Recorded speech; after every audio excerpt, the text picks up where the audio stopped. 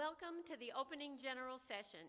I'm Peggy Wild, CFCS, President of the American Association of Family and Consumer Sciences, and it is now my honor to officially call the AAFCS 105th Annual Conference and Expo in St. Louis, Missouri to order.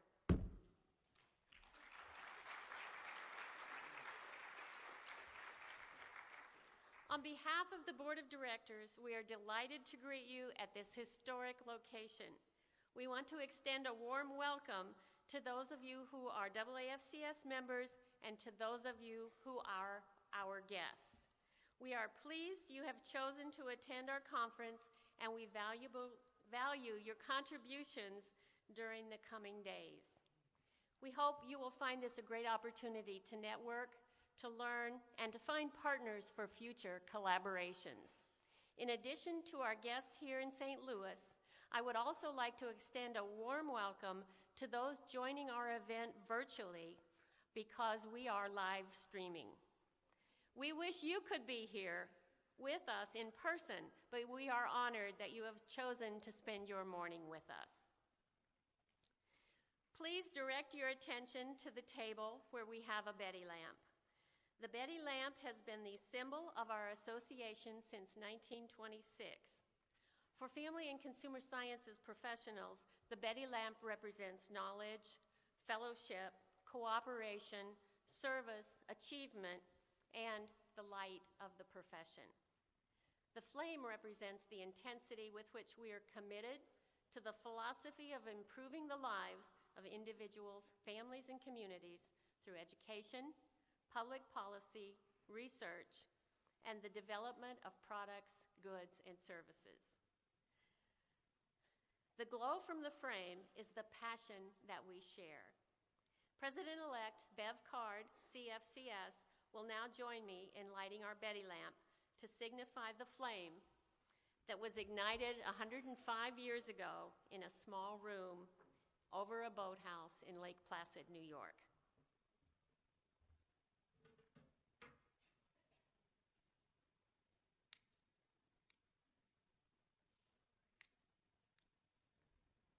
Oops.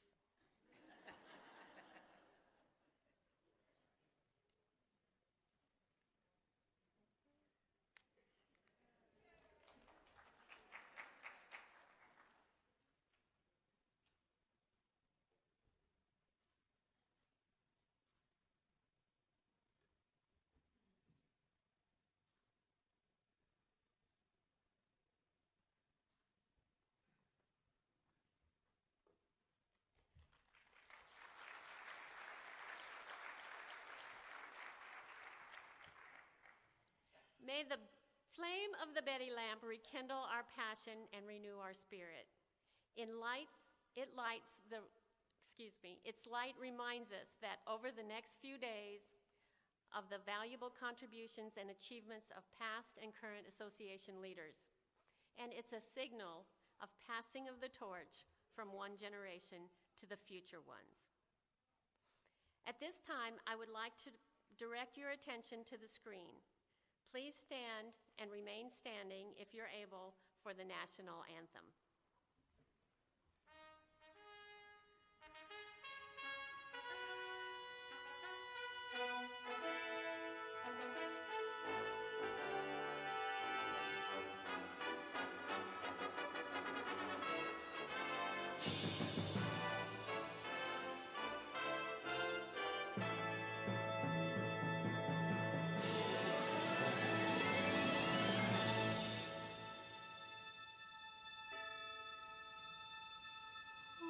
Say, can you see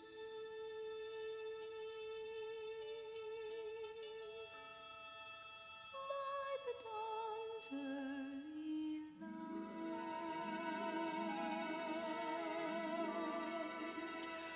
what so proudly we hailed at the twilight's last gleaming?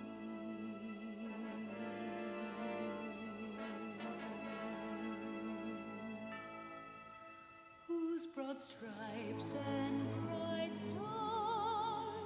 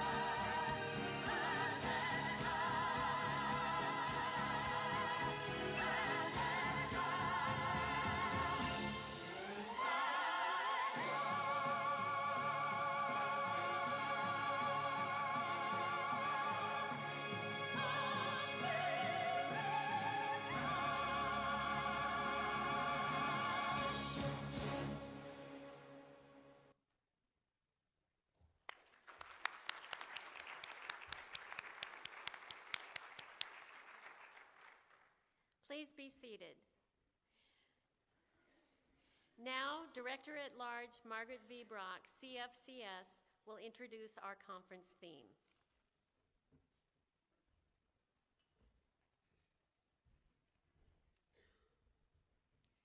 Our theme this year is Family and Consumer Sciences, Global Gateway to Healthy and Sustainable Families.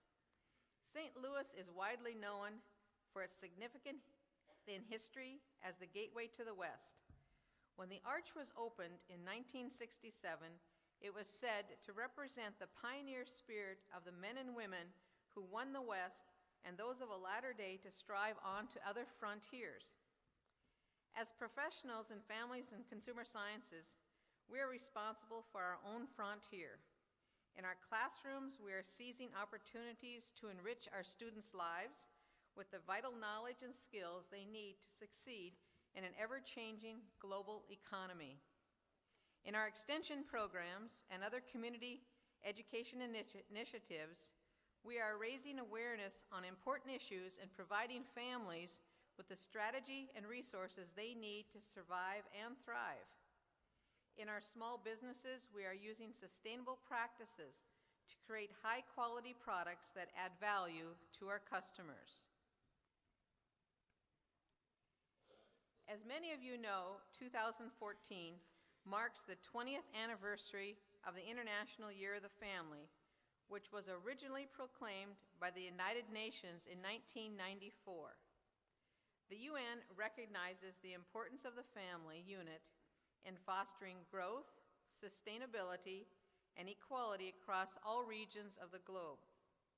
Through our work in family and consumer sciences, we strengthen and support individuals, families, and communities across America and around the world. Please join me in celebrating our history and our future as we come together to learn, connect, and grow over the next 3 days.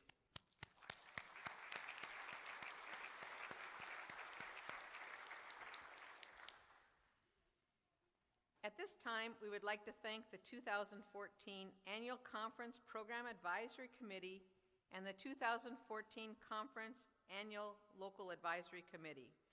Please stand and be recognized. These two groups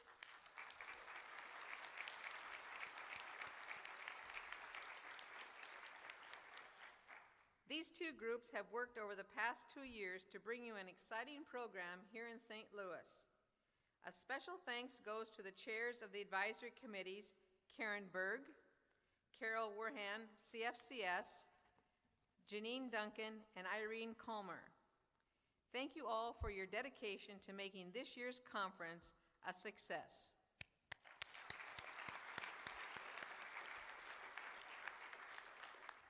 Peggy, it's back to you.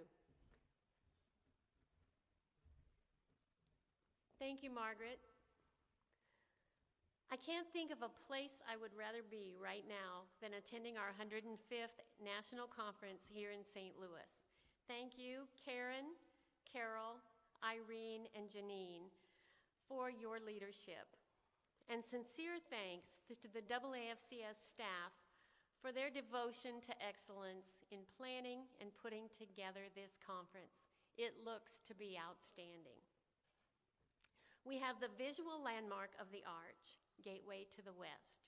We have the historic landmark of the 20th anniversary of the Year of the Family. And we have the association landmark of moving toward a brave new future by streamlining our governance and engaging with other like-minded organizations to develop a collaborative model to strengthen the profession and the value we bring to the individuals and families we serve. We're working to find ways to assure that our profession and our professional organizations go on long after we are gone. So we've looked to the history and the current status of AAFCS, and we've given considerable thought and care to how this association can continue to thrive and flourish.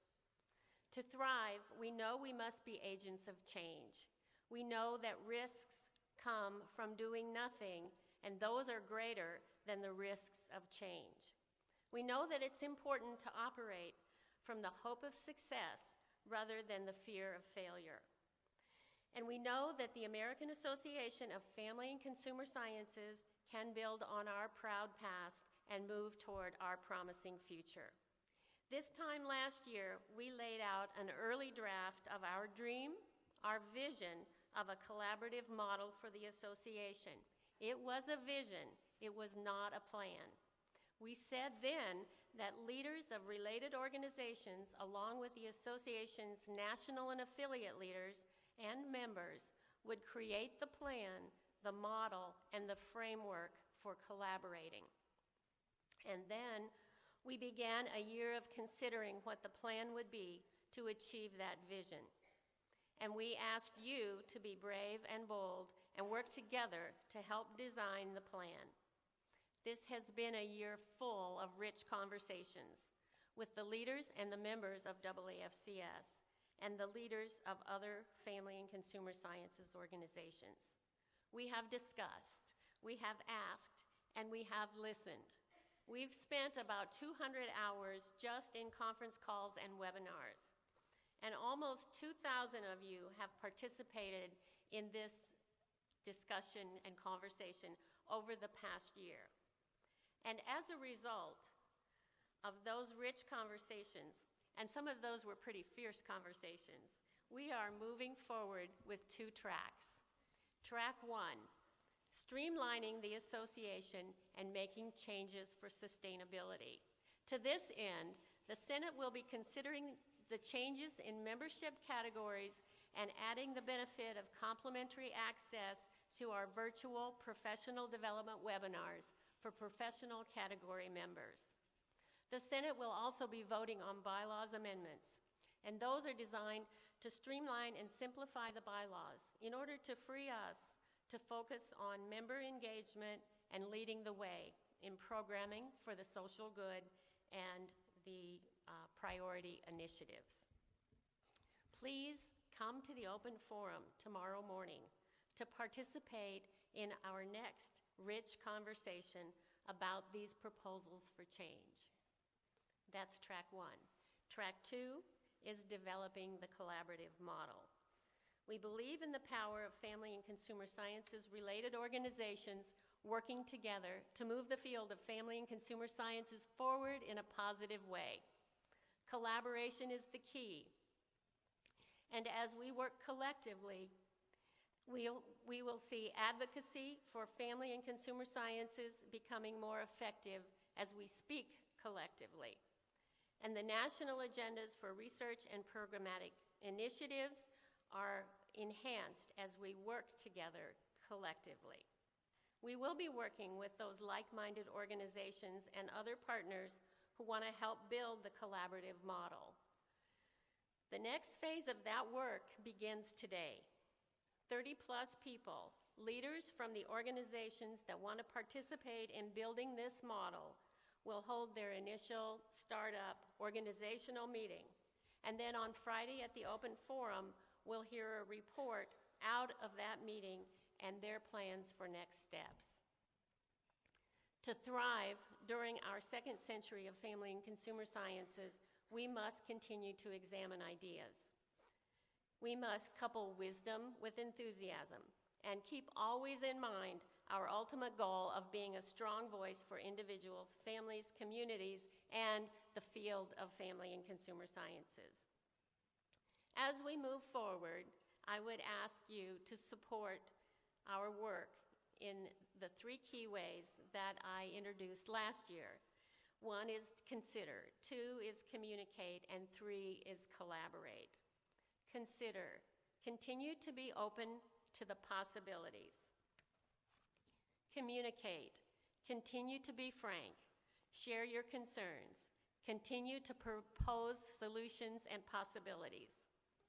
And collaborate, continue to be actively engaged in the life of our association by sharing your wisdom, your calling, your enthusiasm, your resiliency, and your hope, so that our profession thrives throughout its second century of being. Your active involvement is a key, and it does make a difference. I renew my pledge of enthusiasm for change balanced by wisdom, drawn by considering, communicating, and collaborating with fellow members of the board of directors, with our executive director and staff, and with the leaders of our affiliates, units, communities, teams, and task forces, and with those who are joining in the work to develop the collaborative model for propelling our profession into this new vision for a second century of action. My thanks today to our past presidents for their courageous leadership and for getting us to think outside the box. Thanks to Executive Director Carolyn Jackson and our dedicated staff for all they do to keep us heading in the right direction. Thanks to Family and Consumer Sciences Alliance members and other organizations for coming together to begin to work to make the collaborative model happen. And thanks to my colleagues from Indiana and other affiliates that have been my home in the past for support and loyalty and hard work. And thank you for all I have learned from you. And thanks to you all, my family of friends in Family and Consumer Sciences, for your counsel and your encouragement and your mentoring. As we move into the year ahead, let us continue to hold as our guiding principles: have courage, be bold, be brave.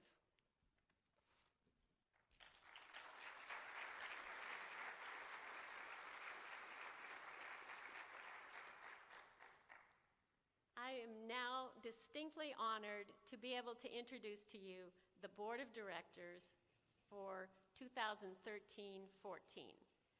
And their pictures will be on the screen, and they're going to stand in place as their names are called.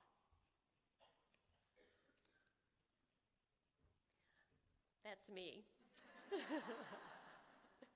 President-elect Bev Card. Treasurer, Sister Victoria Marie Gribshaw. Director-at-Large, Margaret V. Brock. Director-at-Large, Yvonne Gensler. Director-at-Large, Shirley Hyman Parker. Director-at-Large, Jane Walker. Student Unit Chair, Melanie Tuau Gonzalez. Past President, Sue Buck, and Executive Director, Carolyn Jackson. Please join me in thanking these professionals for their leadership.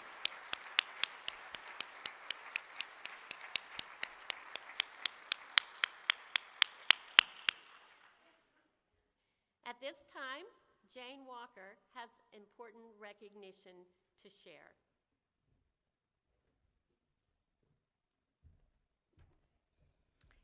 Thank you, Peggy. I would like to now focus your attention on our affiliate leaders. These colleagues are dedicated to strengthening the membership base of AAFCS and advancing the critical mission of the organization through affiliates across the nation. Would all of the affiliate presidents please stand wherever you are in the audience?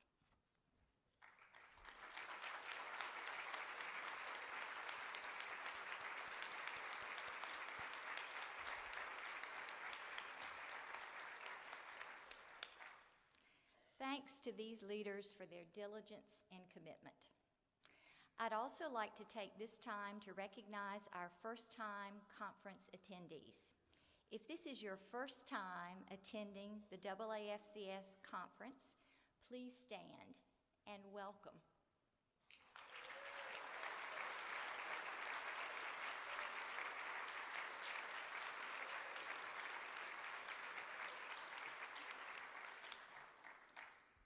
We look forward to seeing you at many more conferences in the future. Now please welcome President-elect Bev Card, CFCS, to introduce our Teacher of the Year awardees.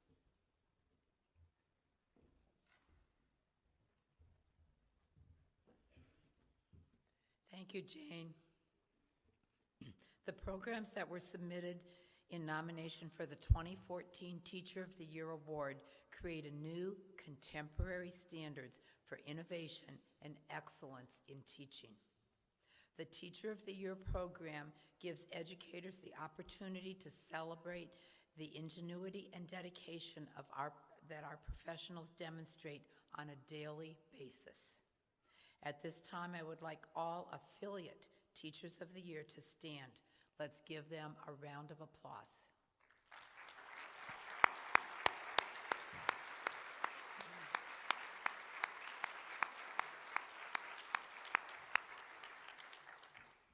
And now, I would like to give special attention to the 2014 Merit Finalists for Teacher of the Year.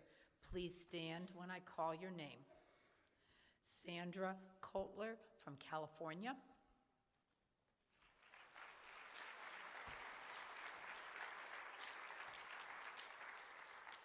Brenda Duncan Davis from Indiana.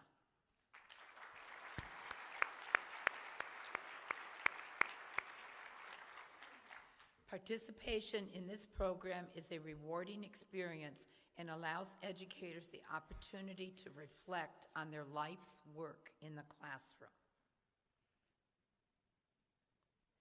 It is now with a great deal of appreciation that I welcome Todd Sheffers of Goodhart Wilcox Publisher, sponsor of the Teacher of the Year Award, to the podium. Todd will introduce the 2014 National Teacher of the Year. That's fast.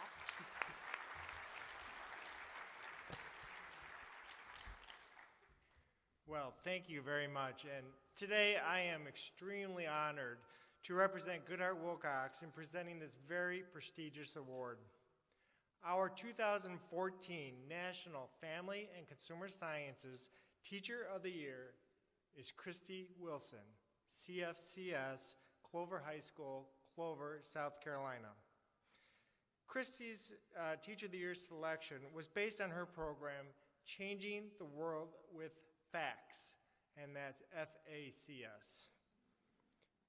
In 1998, before the turn of the century, I think she was 10, Christy implemented the Changing the World with Facts program. And in this program, students use a variety of family and consumer sciences skills to address and improve the physical, emotional, social, and financial condition of the family unit. Students meet curriculum competencies by using extensive research skills, technology, and community service to extend their leadership skills and to improve families within their communities. Local data, test scores, and personal testimonies have identified strong local improvements. So it's with great pleasure, please help me welcome Christy Wilson, National Teacher of the Year.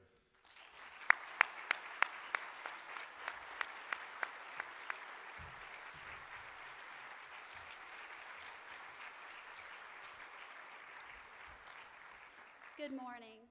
I would like to thank Goodhart Wilcox from the bottom of my heart for supporting this award and our profession.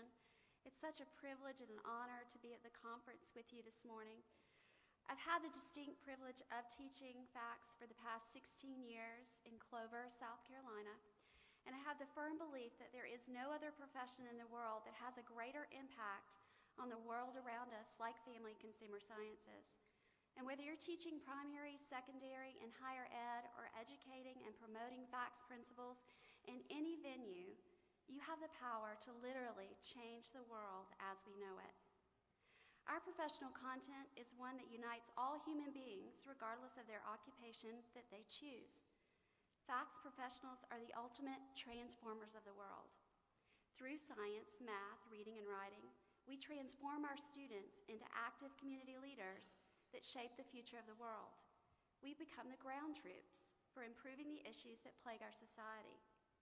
Facts education changes this concept so arms our individuals with the knowledge to conquer real-world problems.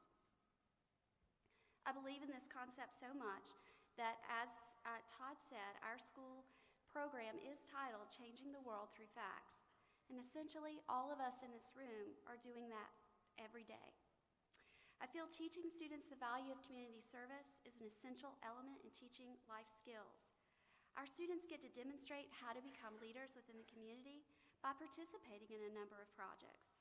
The intended outcome is for students to use FACS objectives to make a difference in their community and gain extensive leadership skills.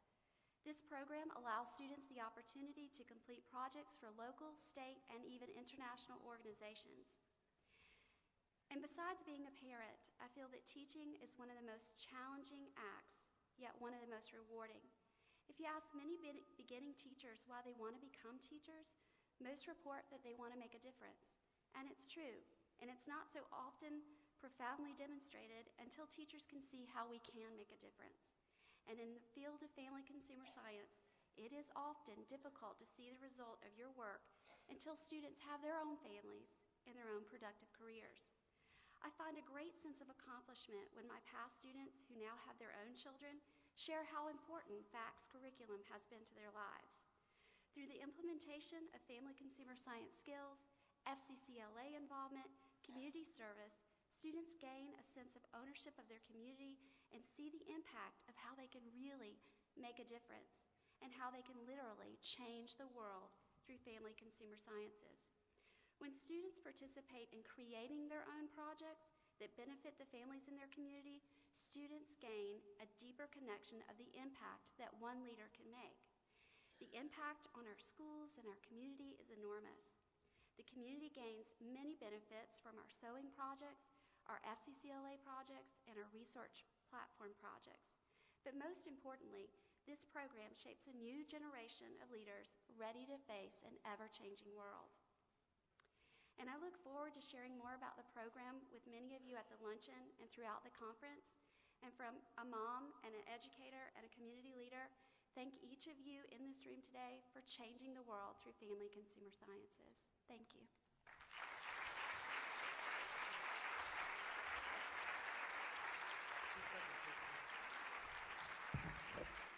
Christy, congratulations. And in support of your efforts in your program is this envelope.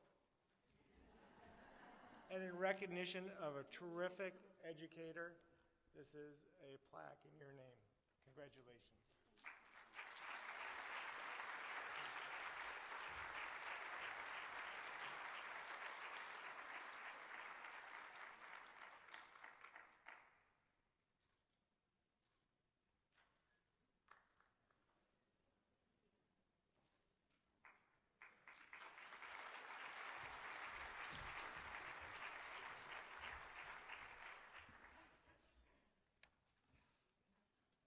Christy, we are proud of you and excited about your program that has generated such a positive impact on the community. In addition to the Goodhart Wilcox Publishers sponsorships, support for the Teacher of the Year Award comes from the Teacher of the Year Endowment Fund and the community of elementary, secondary, and adult education. We thank them and congratulate all of the Teachers of the Year from the state and the national level.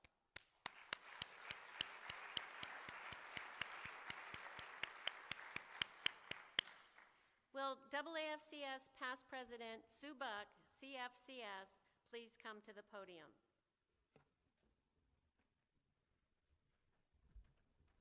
Thank you, Peggy.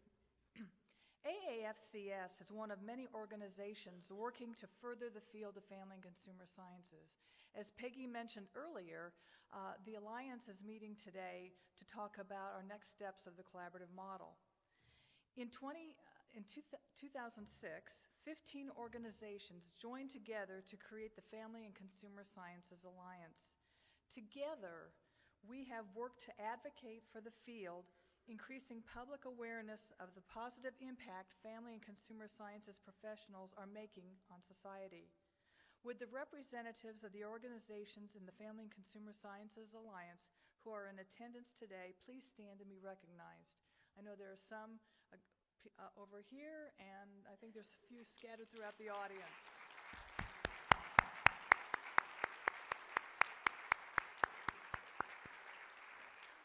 Thank you all for attending and being here today and wanting to further our discussions. Director at Large Shirley Hyman Parker will now introduce our keynote speaker.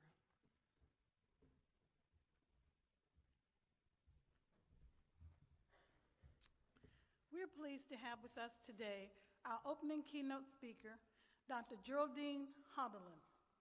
Dr. Hodelin is a professor of education at the University of Technology in Jamaica. She is the principal of the Western Campus and is head of the UTech Academy, focusing on access, outreach, continuing and professional education. She is the first Caribbean national to be elected as the president of the International Federation of Home Economics. In 2013, she received the Legacy Award for outstanding contribution to the discipline of home economics. Most recently, the government of Jamaica has awarded her the Order of Distinction for her services to education and academic administration. She is passionate about family development and resource management and is a distinguished author and publisher of home economics textbook.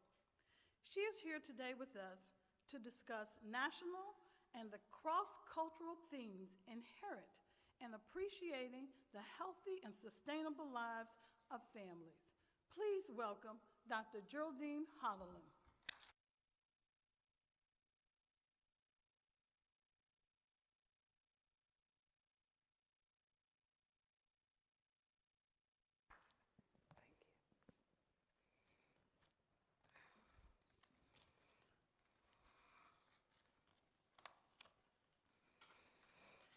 Good morning. I'd like to recognize the president and incoming president of AAFCS and the board of directors, and all of you wonderful people who've planned this wonderful conference and invited me here to share a few ideas with you. I hope the IFHE president is in the audience because I'd like to recognize her, as well as our President of Honor, Nancy Granowski.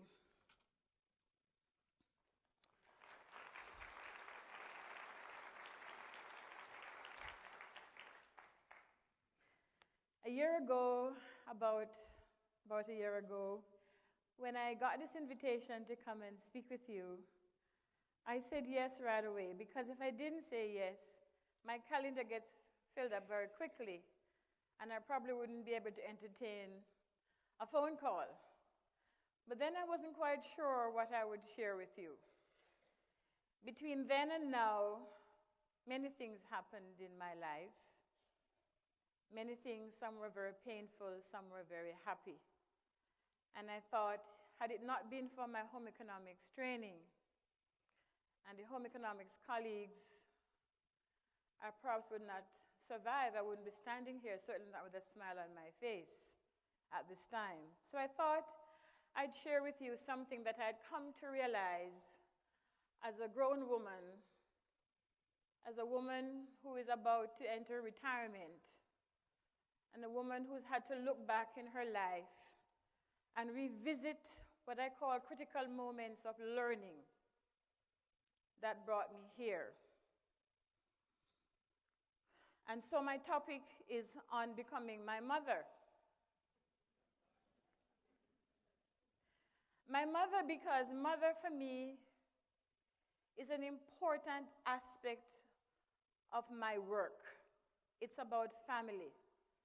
And in my personal life, life revolved around my mother.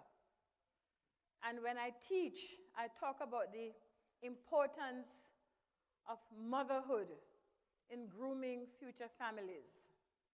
So many of the things I talk about today, about what I've learned, where I've learned, I will call people's names, and many of them are not women, never mind my mother, but they are proxies for that woman, that mother.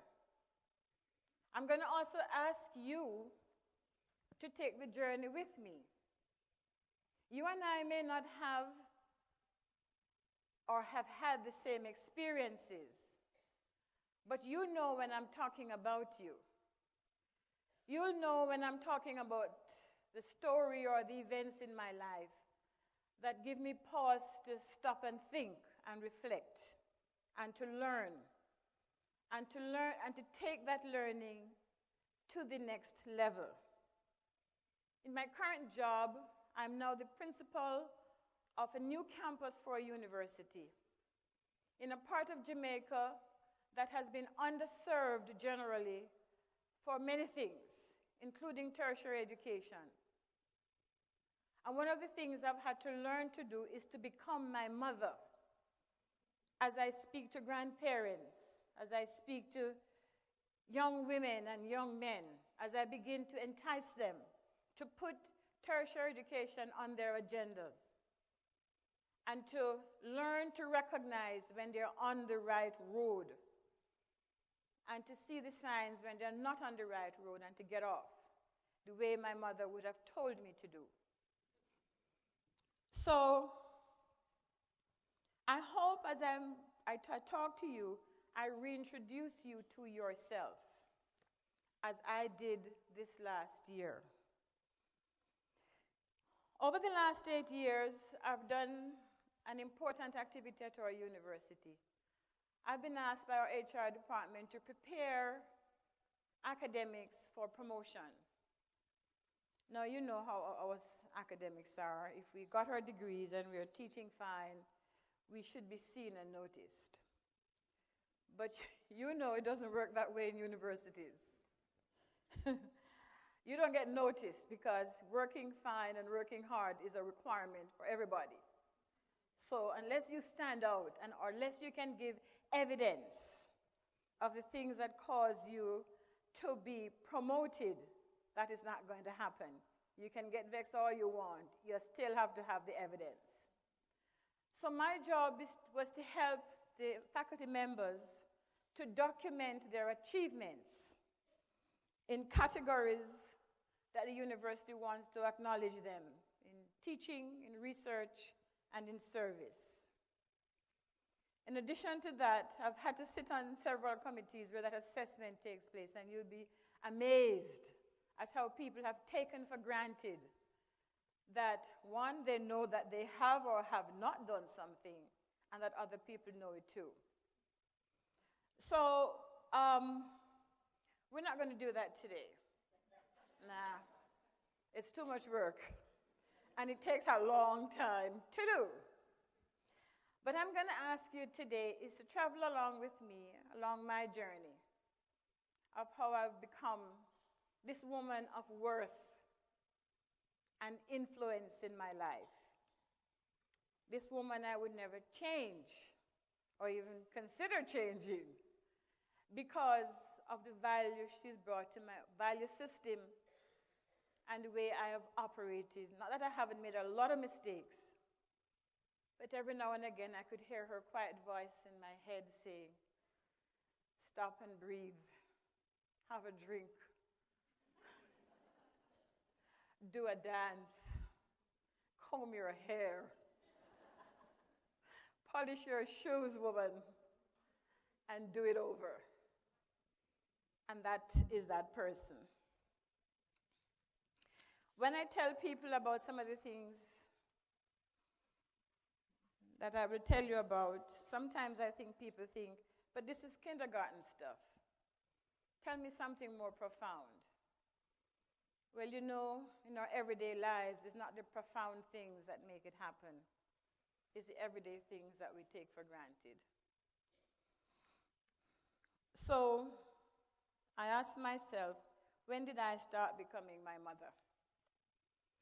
When did this carefree, miniskirt wearing, party all night girl, where did she go? When did I become such a person that sometimes I'm afraid to own up to? Because I'm right in the spot where my mother was years ago when she was alive. So I began to search for the evidence of this transformation. Leaders, I believe, are the influential people in your life, the front runners, the ones who set standards that you find value in emulating. Some leaders we even refer to as our heroes, our champions, our mentors, or critical friend. We look to them for inspiration, even if we have to exercise patience and deep resolve in order to find that inspiration. Because sometimes at first glance, you don't want to hear certain things. You don't want to see certain things. But you have to be patient, and you have to think hard and say, that was right. That person was on track. So as you begin your annual conference today, I invite you, each of you, to begin with the committed notion that what you bring to and from this professional meeting will be another piece of evidence of your value and your worth. And it is this collective worthiness which helps to define and elevate the lives of the ordinary people we serve. You just acknowledged a Teacher of the Year. She didn't become that yesterday. She started to become a Teacher of the Year years ago. Some of you in this room influenced her. Some of the people who influenced her are not even in this room. But she's the sum total of that influence. And that's what makes her stand out today. So I hope she continues to celebrate herself as you celebrate her. Don't pretend it didn't happen. This plaque you got should be put up on your wall in your office. So everyone who comes to see you will ask, where did you get that? And what is it for? And you should stand up and tell them, I earned it.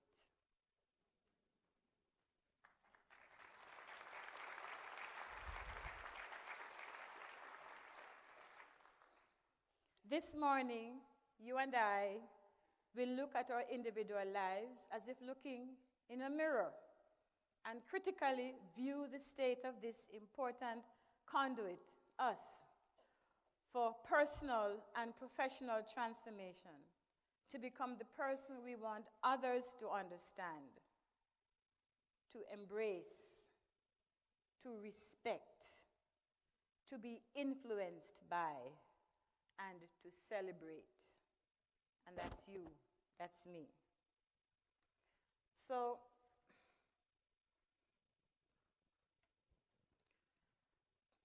becoming someone, a person of worth, is an uncharted journey and requires frequent glances in the mirror. When you started this journey to be here today, you always didn't know what the obstacles were that you were going to meet. The places in your life when you were going to change course or say no or yes or maybe to somebody. But it's part of the journey. The trouble is, do we always take notes of these notches in the journey? Who are you? How you have defined yourself at any given time will be influenced by many individuals in your life. Some you will identify as your leader, and some as your follower, because you do learn from your followers as well.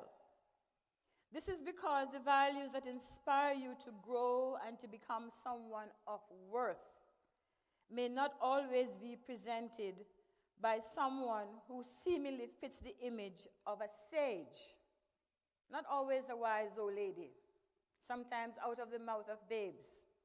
Sometimes somebody you just seemingly offend will say something to you that causes you to rethink what you may have done or said to cause the offense.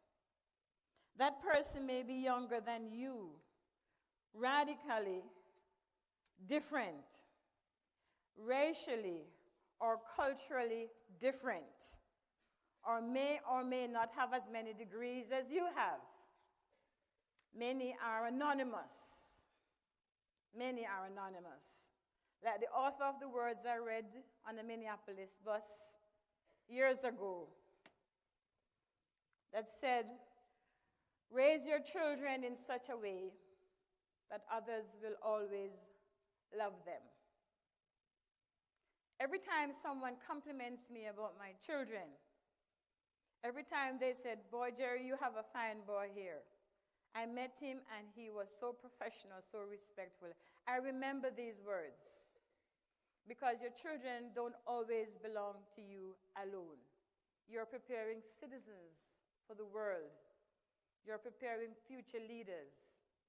You have a responsibility to make sure they don't just do as they like or do what you like, but do what's good for the community, for the country, for the world. Raising children is an important contribution to family, community, and nation building. So what I'm sharing with you this morning are what I call the critical moments, the critical evidences that I've used to mark my forward movement. The things that cause me to stop and say, yeah, I need to do this, or I need to think about this some more. The values that guide my personal and professional growth and achievements, I learned from a range of persons, events, and opportunities. These opportunities for learning are found not only in the immediate family, but also in the people who kept us, you and I, in line, even as a child, when our parents were unavailable. I hope we still do that. I hope we still allow the neighbors, at least the trustworthy ones, to keep an eye on our kids, because sometimes you don't always see the naughty things that they're up to. These are the neighbors and the ones who educated us. These are our teachers, the ones with whom we've worked and shared ideas. We call them our colleagues. Many of them are here this morning, sitting beside you, or even at the end of this room. Many of the people who have changed your lives are here with you today. Please make sure before you leave, you thank them. I heard the president give a number of kudos to people who've helped her to shape the ideas and thoughts for this organization. It's a good thing to do that. It's recognizing that you're not born with all the skills and the talents, and we are in a family of learners and educators, and we must learn to validate one another. Values come from everywhere, even from the sources that you choose to forget. Think about it. Even that old drunken cousin, or that loud auntie, or that meddlesome brother-in-law, they often share things with you, even at the dining room table, that even if you didn't admit it then, they help to shape your future actions. The influence of key persons came from how they behaved to us, what they said to us, and what they made us think about. Their influence is reflected in the personality we have acquired, the way we practice our craft, how we feel about ourselves and our work as we navigate the challenges in our lives.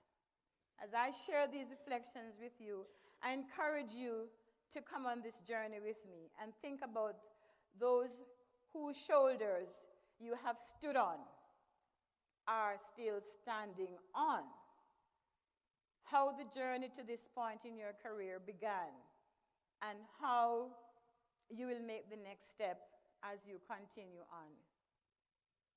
Who has been or will be your traveling companion?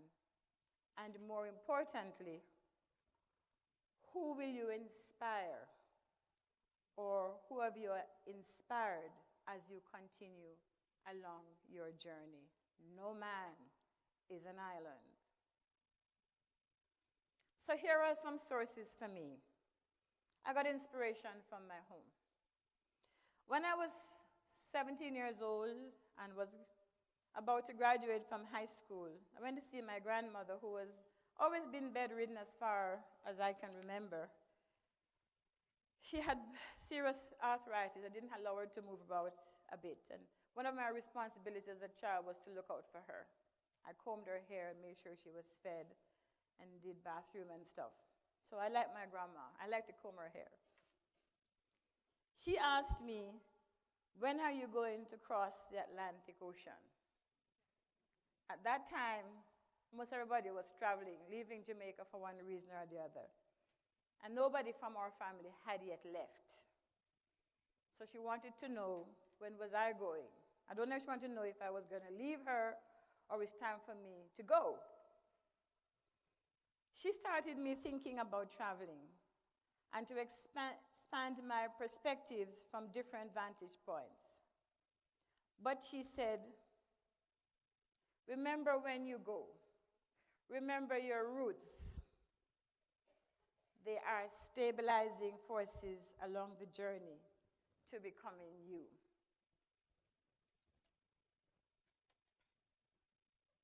Is this moving? No?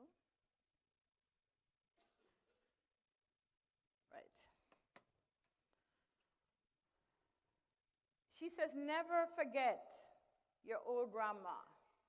Never forget my stories.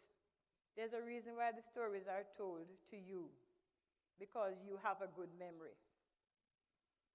I don't remember all the stories, but I remember the juicy ones. And I tell my children, and they think I'm making it up. I swear I'm not. My mother constantly reminded me, let your brightness take you anywhere your heart desires, but make sure that it is where you want to go. Let your brightness take you anywhere your heart desires, but make sure that it is where you want to go. Some things you should read about, but you do not have to experience some things to know if they're bad for you. Don't forget to turn back and help those you left behind, she said. Because as you grow and prosper, you may need the people you leave behind more than you think you do right now. Success can be a lonely road, she reminded me. Make friends where it is opportune. You know those people who don't want anybody? I can do it by myself. I'm doing well now, so I don't need you. No, that's the thought of a lonely person. Anybody who says that needs a friend. Give them a hug anyway. She said, only God should know what is in your heart. Pray for 3 reasons: to ask, to give thanks, to celebrate Him, because He's God. She said, you do not need an excuse or should have one to practice your faith, whatever that is. It's a personal thing. You don't have to do it in public. You can do it lying on your bed. So try the faith route. She says, love and care for your children no matter what.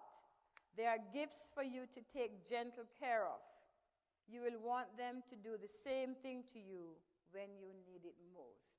And boy, do I need it now. One day she said, it will be revealed to you how much you are blessed because I love you. And when that happens, you will know, I love you. Since then, I end each telephone call with my children with, I love you. I truly believe this. You should never be sparing with the love you share with your family. There's too much hatred in the world. They experience too much hatred, especially when they're far away from you. And if they don't have that love to fall back on, it can be a very hard, lonely road for them. Now, one of my favorite persons of influence was my Uncle Vivian, who instructed me. He said, marry the man who has greater ambitions than you have. That way, he will never be jealous of yours. He was right. He's so busy being concerned with his quest for life and for success that yours will seem dim. Doesn't stop you from dreaming, though. And then one day he'll realize, wait a minute, you're ahead of the game. You're ahead of him. But by that time, you've already arrived. My first home economics teacher, these are the people in my school now, who thought that I looked like a nurse in my freshly pressed, starched apron at my first home ec class. Remember those aprons, ladies? In my elementary school.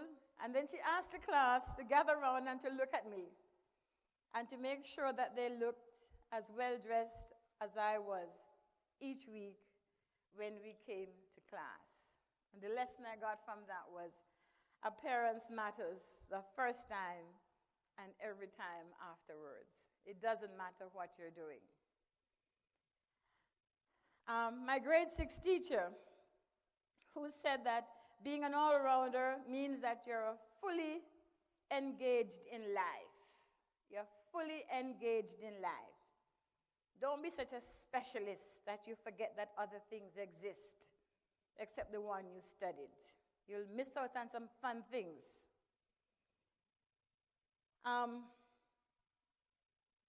She said, balance is a good thing. You don't have to be an expert of everything. Like, I don't know a thing about football or soccer, but I know when a goal is scored. And I make as much noise as my husband and my son because I have to be part of the moment. If not, I'm going to be, dim Betty. I mean, what is that? All this noise in the house and all this beer going on, and I'm wondering what's happening? Oh, no, I know when a goal is scored.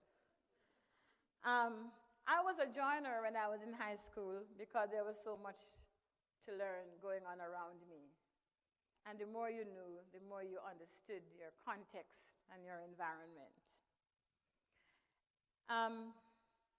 My Common Entrance high school teacher, Common Entrance is the exam we take in preparation for high school, and you had to be prepared for that exam. Her name was Miss Moody, very peculiar lady who insisted on perfection. She made me say my name almost a half a day over and over again. She said, say your name as if it belongs to you and you're not paying rent for it. She said, nobody else may pay as much attention to your identity. So practice paying attention to yourself. As a matter of fact, when I speak or I'm anywhere and somebody calls my name incorrectly, I never fuss when I get to the podium. I just simply say it over, as Miss Moody taught me. You did it this morning well.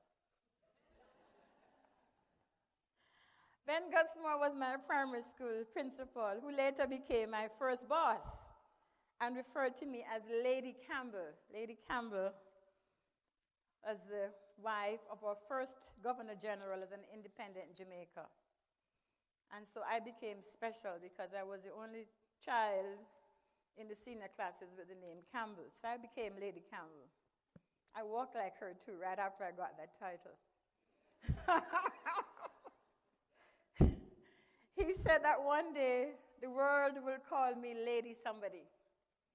And he wasn't quite sure what this somebody was, so I was to practice feeling it. So, would you know it?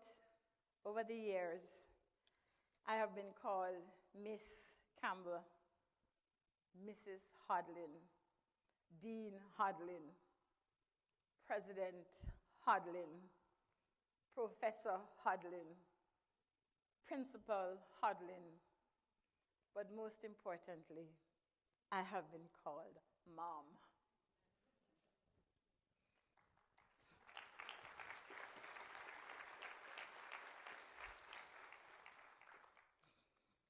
My high school home economics teacher, Mrs. Hope, took off her vest and pinned it on the board, the bulletin board, the blackboard at the time.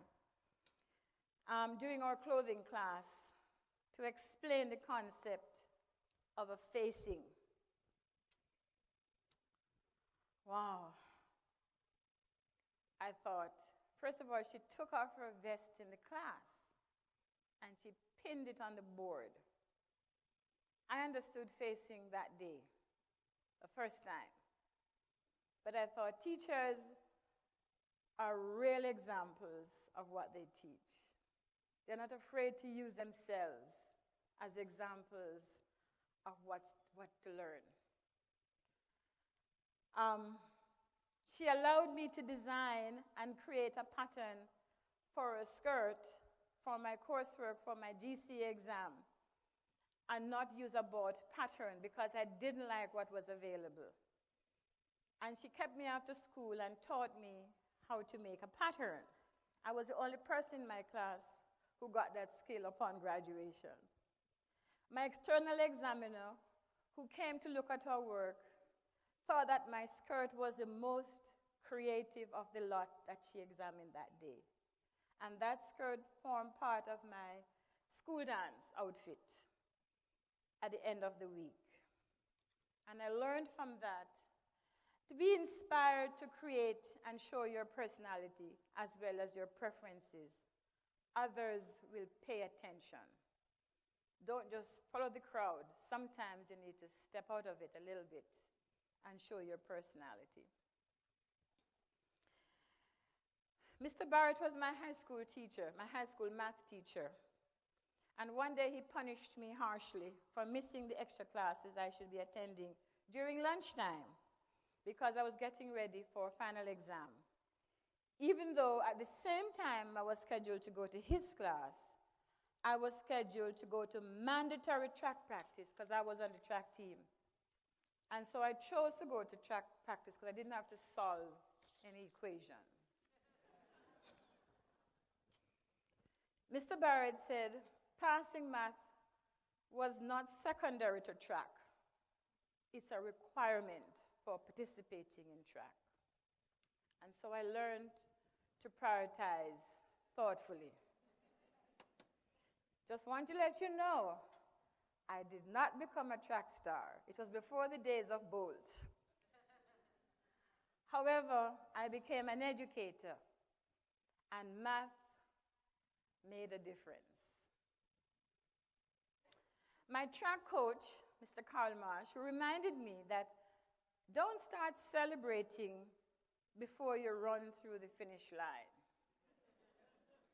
You know, the relay athlete who, before he got to the tape, he threw away the baton because he thought he had already won and lost the race because he has to cross the line with the baton in hand. Well, I didn't really toss my baton. I just started celebrating as I got to the tape. He said, your competitors are after the same prize. Celebrate after you cross the tape.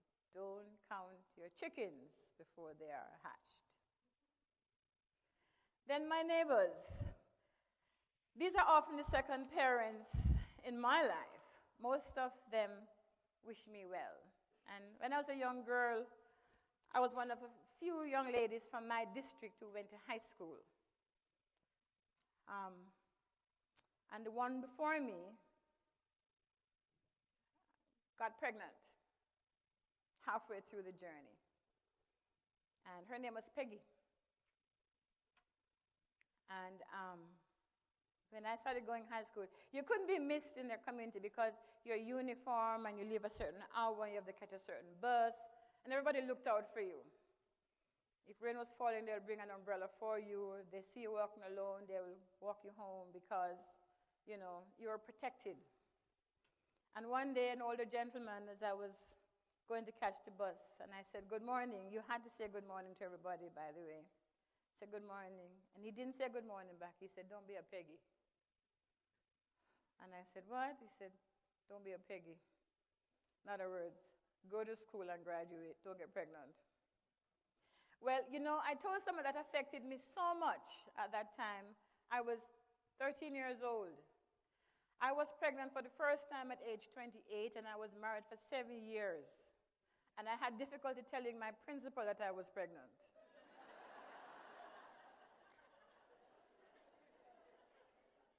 When I told him I was apologizing, I'm so sorry, sir. I'm going to have to go on maternity leave. And he says, what are you doing? I said, well, I'm just. And he said, my dear, it is a marvelous time for a woman to get pregnant. Enjoy it. Are you staying well? And it's because that old man reminded me not to get pregnant. He didn't say don't pregnant ever. He just said not before you leave high school.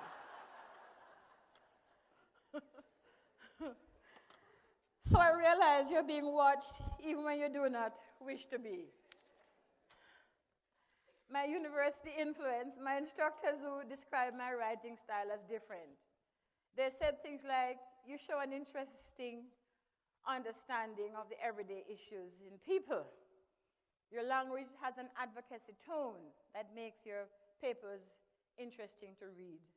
You should consider switching to family studies. I was hell-bent on becoming a fashion designer. So they convinced me. And I think I prefer it. I prefer being a family educator. Now, here's the one I had a little issue with. My effective public speaking teacher, who assessed my assignment in public speaking this way, he said, you stand and you speak like a princess. I thought, good. I got this one, I thought. Then he said, but my dear, people do not like to listen to princesses. So make a mistake every now and then. Your audience will connect with you. That way, you're a better speaker. So, where was I?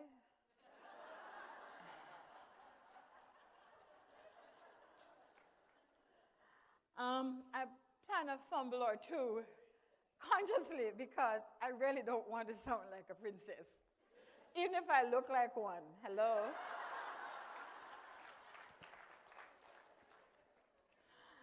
Now, Professor Priestman was my literature teacher. And in literature, those of you who are associated with literature know that a lot of history and social anthropology and politics are caught up in literature.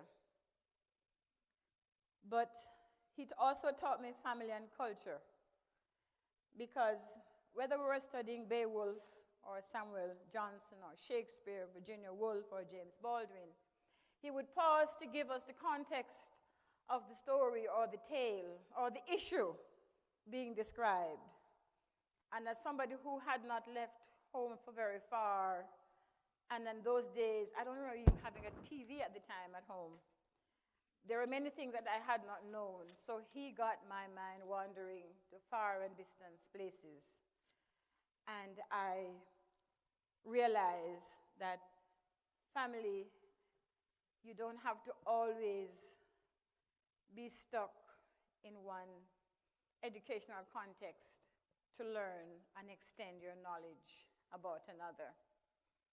I like my Chinese professor, Chow, who actually was my English teacher, who chastised a colleague of mine in my Canadian university class who said, Jerry's language, her writing is classical because in the Caribbean as a British colony, we learned the English version of English.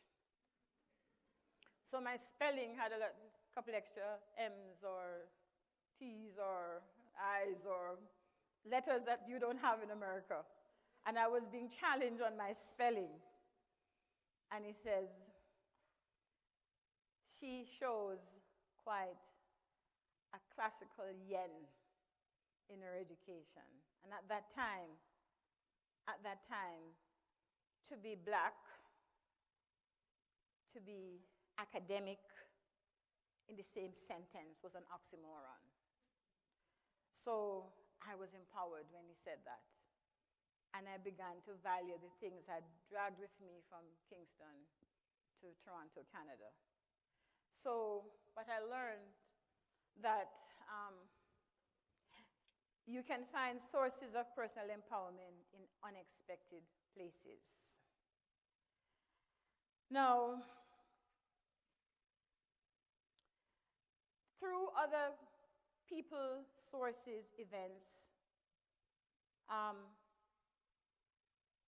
I learned that sharing and giving of myself is an investment in the life of others, but also an investment in your growth.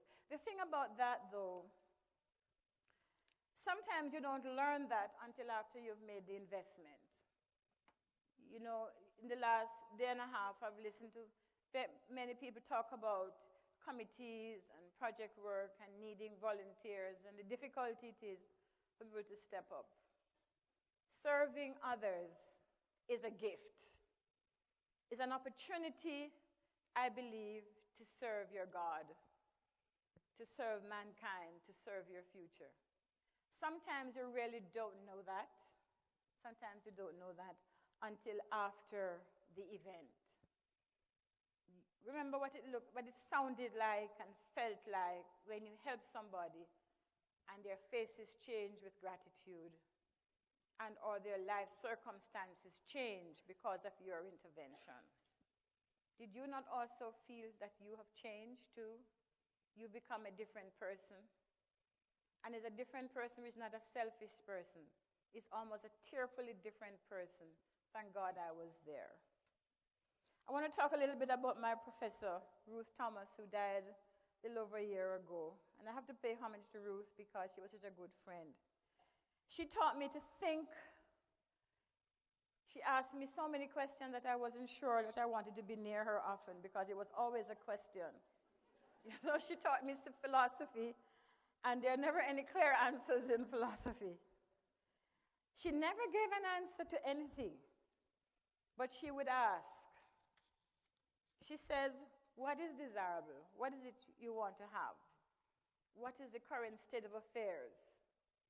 What needs to be changed to make it what you want it to be?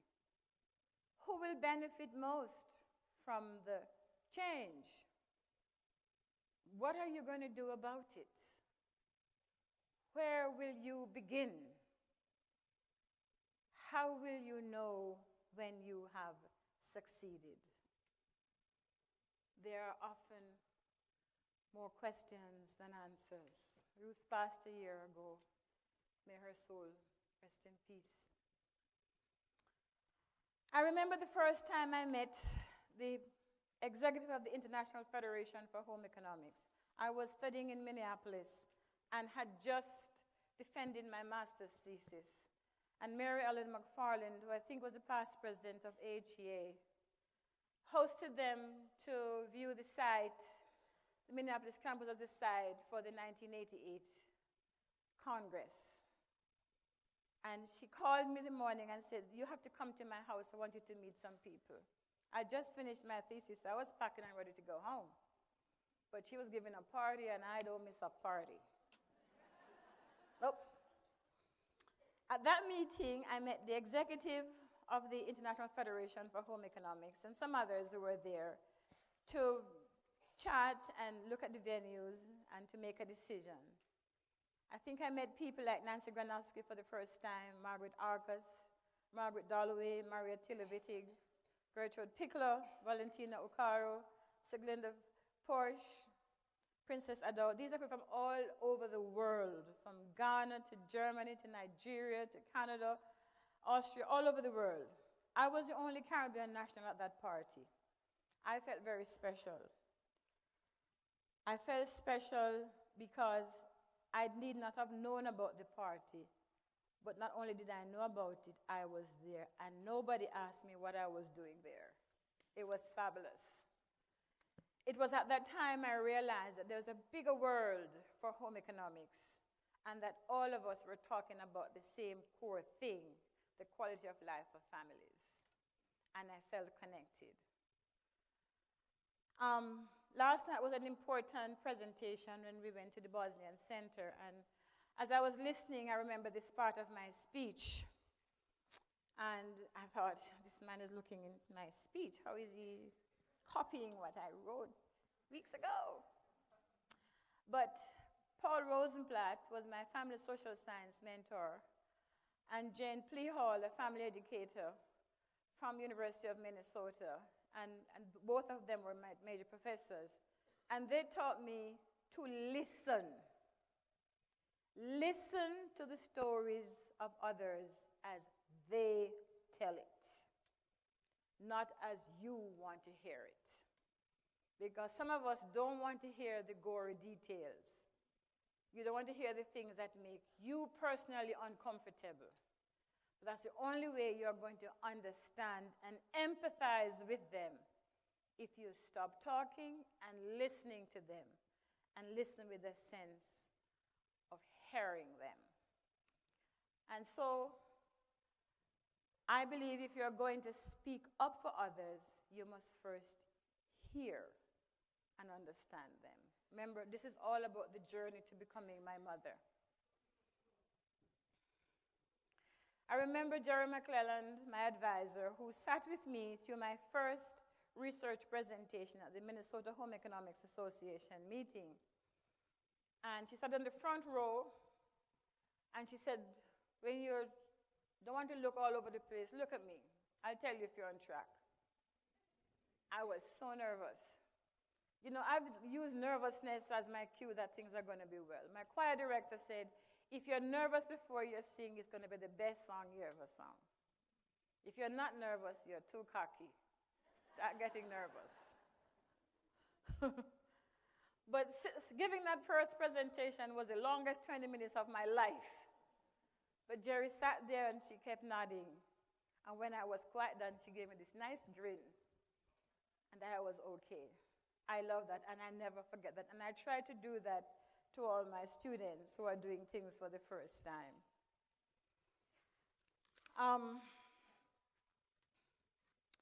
I remember Dean Mary Helmsley from University of Minnesota College of Home Economics, who I spent some time with as I was preparing to be dean of my university, my college when I went back home. And one of the things she said to do is to pay attention to people's development. Pay attention to the development of your staff. You know, there are people there to massage the curriculum and make sure all is well with the students. But the people who work for you, they help you to define this university.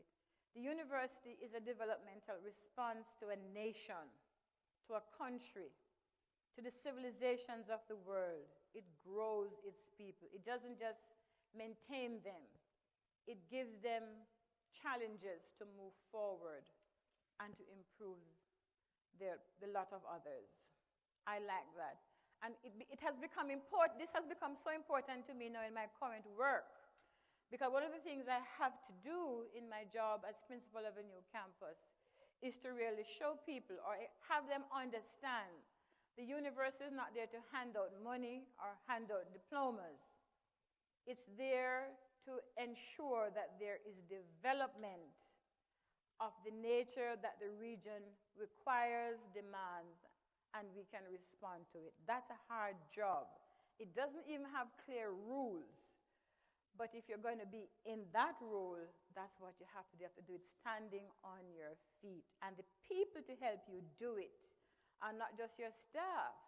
They're also community people and corporate entities that you must bring along with you as you do that journey. I also learned that sometimes the people who you scarcely know are your greatest facilitators. And I remember when I went to university, 3 deans facilitated me with scholarships, and I don't remember what they looked like.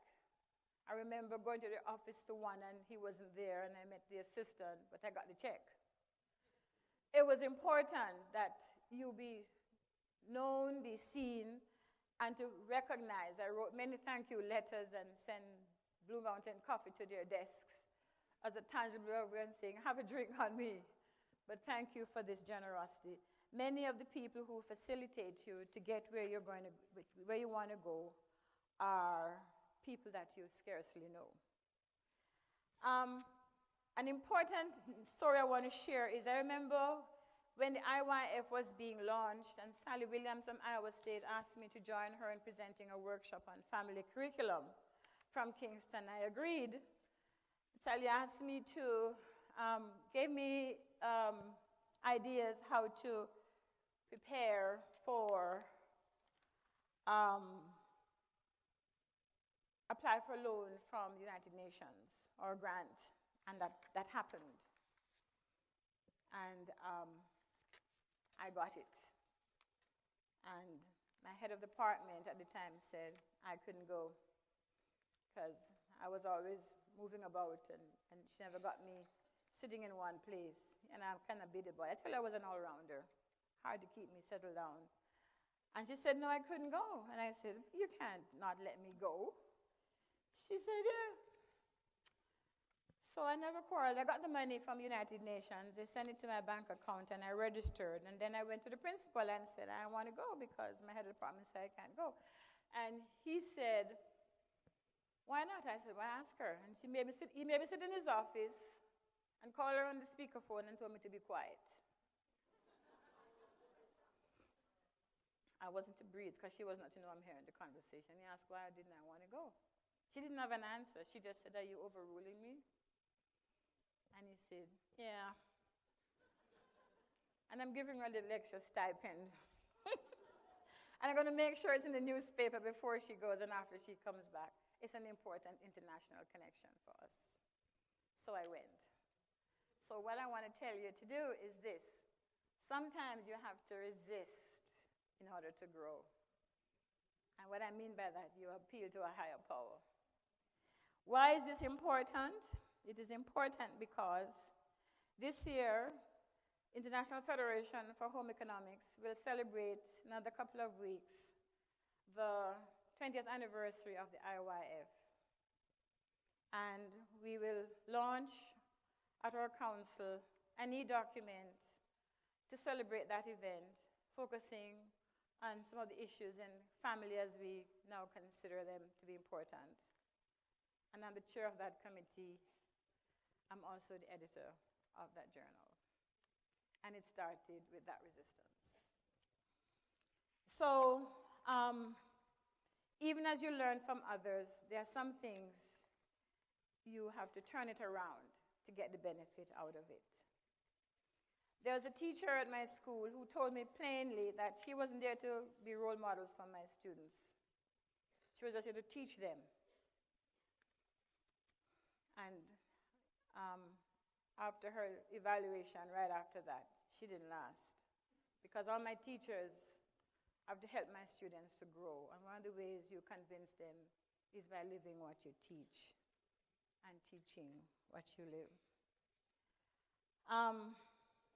Every now and again, somebody tells me that, this is not happening or that is not happening. And you know how you feel sorry for yourself?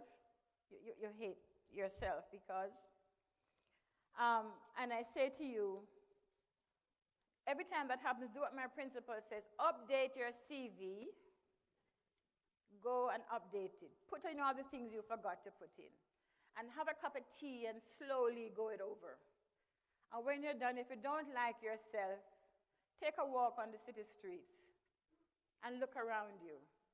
Then you realize that you're often better off than what you give yourself credit for. In a sense, what I'm saying to you, that there are some important learning moments in your growing up that help you become the strong, self-assured person. Not narcissistic, not just love of self. It's being so confident in what you have learned and how to use what you've learned to help others to grow and develop. That you shouldn't resist, you shouldn't hide it, you shouldn't bury it.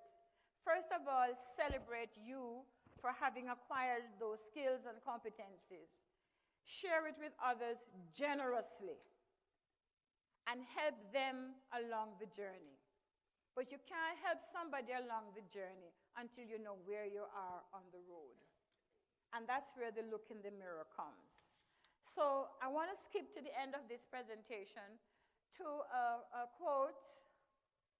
I don't know how to reverse this now. There you go. By John Donne, who is an English poet. And John Donne said, Our critical day is not the very day of our death, but the whole course of our life. I thank them much more that catechize me, or preach to me, or instruct me in how to live. When my daughter said to me, "Mommy, I think I'm becoming you. I'm sounding like you every day." And she said, "It's not just I'm sounding like you, but you sound like Mama, who is my mother, her grandmother." It means that the tradition of caring, of mothering, of passing on wisdom, pearls of wisdom to the next generation is very much now rooted in my family. I have become the door to which all roads lead in my family. And as my son said, it's not just about the family, Mom, it's also about your students, about your colleagues. Because when you teach one person in a family, you also teach the whole family. Because that person goes back home and says, that woman, even if I'm used to being called him the woman said, or my professor said, they remember you for the things you say to them that will have a positive effect on their lives. And that's what the woman of worth is. You change people's lives. You become comfortable in your skin and in your learning and in your place of work, that it doesn't bother you. You don't have to get all fancied up to change people's lives. You just need to share with them the good things that you have learned, the good path that you have traveled, and to wish them well. Sometimes walk them halfway down the path and let them go it alone, but pass it on. Colleagues, this morning, I wish I had more time to tell you more of my stories. But important for me is that you have a chance to think within yourself about how you've become the woman or the man of substance that you are. And what does that mean? Don't sit down on it and say, well, I'm wonderful, I'm great. Use that greatness, because I tell you something, it's going to do no good to you if you just keep it to yourself. Share it generously. Get rid of it. Bring the young people along with you, and also tell them that they must pass it forward. I thank you very much for listening to me this morning. I wish you well for the rest of the conference. I will be with you today, but tomorrow I have to rush back home. And the next time I come and visit with you, I hope to spend the whole period with you. But God bless you all. Thank you.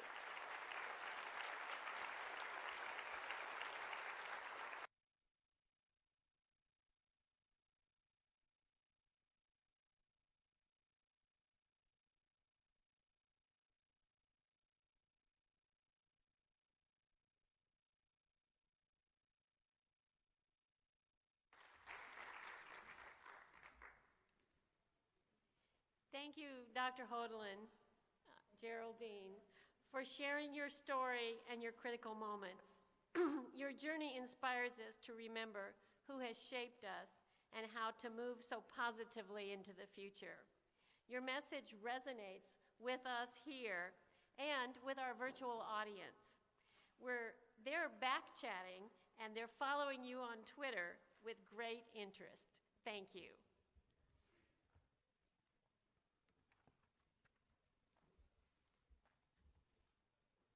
Will Treasurer Sister Victoria Marie Gribshaw, CFCS, please come to the stage for special recognitions?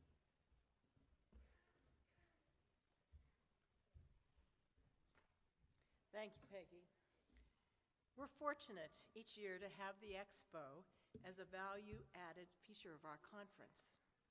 Of special benefit are our steadfast exhibitors who year after year offer a rich array of information, products, services to complement the work of family and consumer sciences professionals.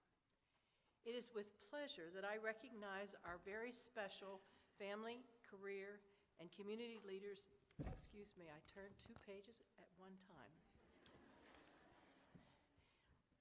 Members, all-star exhibitors, These companies have exhibited with us for at least 15 consecutive years through AAFCS All-Star Program.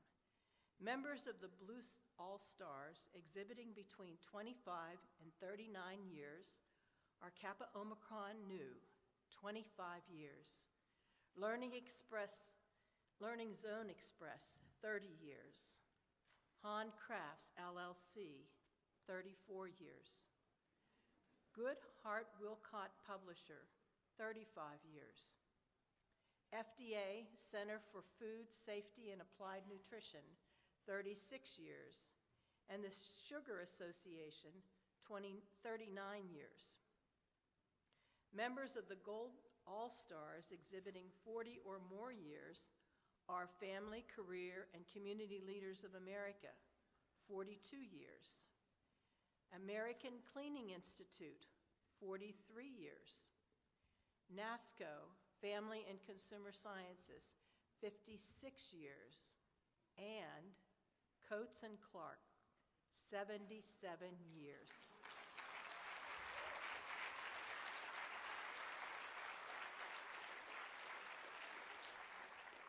Would all our exhibitors who are in the room now stand and be recognized?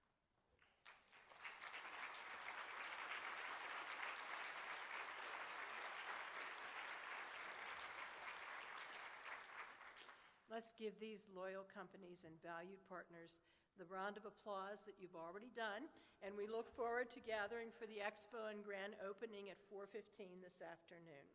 Let's all express our appreciation for our annual conference sponsors, the American Cleaning Institute, Coates and Clark, Good Heart Wilcott Publisher, Wild Ginger Software, and Wiley Blackwell Publishers.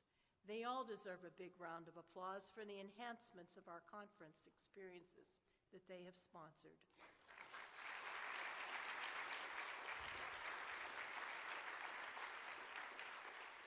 Now, please welcome to the stage the AAFCS Student Unit Chair, Melanie Tua, to introduce the student unit officers and talk about the 2014 Student Unit Service Project.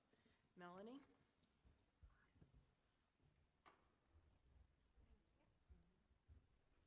Gracias, Victoria Marie. Thank you, Sister Victoria Marie.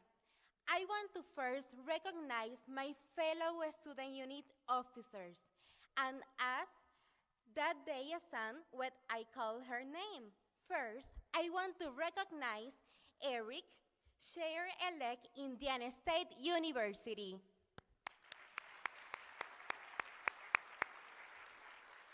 Thank you, Eric. Sarah Neville, second Vice Chair, Purdue University. Kayla Galeas, Vice Chair of Outreach and Service, University of Puerto Rico. Brittany Ogden of Stephen Austin State University. Is the secretary of the student unit but was unable to join us. This year, the American Association of Family and Consumer Sciences, a student unit, is cooperating with Edward Children's and Family Service to St. Louis. 2014 Community Service Project, From Roots to Wins. Edwards is committed to keeping families together, prevent abuse and neglect, and encouraging self-sufficiency. In the at-risk youth it serves, Edward has more than a dozen programs, including its mobile and drops-in street outreach programs. We choose Edwards because we, as a family and consumer sciences students, want to touch life in a positive way, and we understand it's sometimes the smaller things that make the biggest difference. You may think it's unusual that we ask you to donate underwears and flip-flop in a professional conference. However, they are basic little things that will make a big difference to things it needs. We thank you for your participating. You may bring your donation to the Student Unit table in the Community Showcase event next door after this section. Now, please welcome to the stage at-large Director Yvonne Henseler. Thank you so much.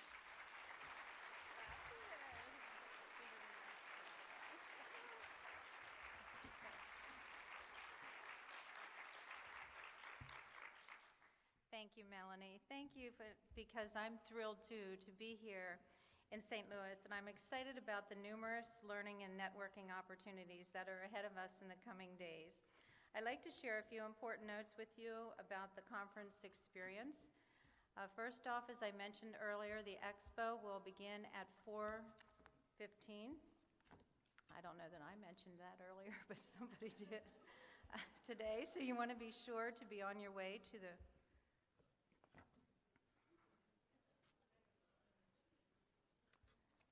Maybe I did mention that.